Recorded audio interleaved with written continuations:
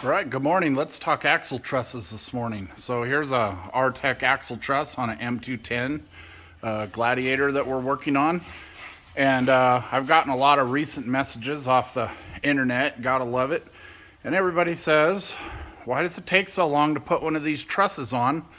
My uncle's brother's buddy could do it for a case of beer in the garage. Well, maybe he can, maybe he can't, but you guys gotta realize something.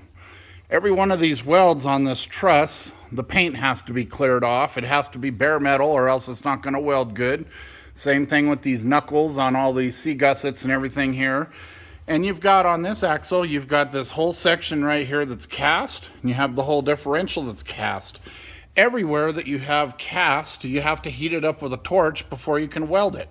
Now, do you have to do that? Well, kind of, yeah, you have to, or else the welds will crack. And ask us how many we fixed. We fixed a lot over the years. When everybody forgets to heat this up, they just burn it in, for a 6-pack of beer in the garage or whatever and all that. So anyways, all of these welds all have to be heated up, and that takes time.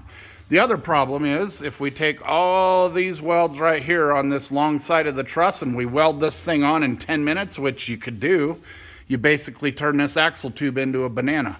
And, that's no fun either. Your customers don't really like that. So basically, why does it take so long? Well, you got to clear all the paint. You got to clear everything out of your way for every weld. You've got to heat all the cast up as you're welding it, both sides. You can weld a little bit here, and then you can come weld a little bit here. You could do a little here, little over here. Then you got to get your torch out again. You got to heat these sections up. You weld a little bit here.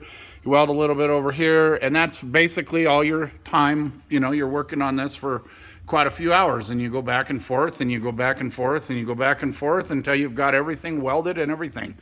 Then once you're done with that, we sand it all down, paint it, make it look nice. There you go. You got a really professional job.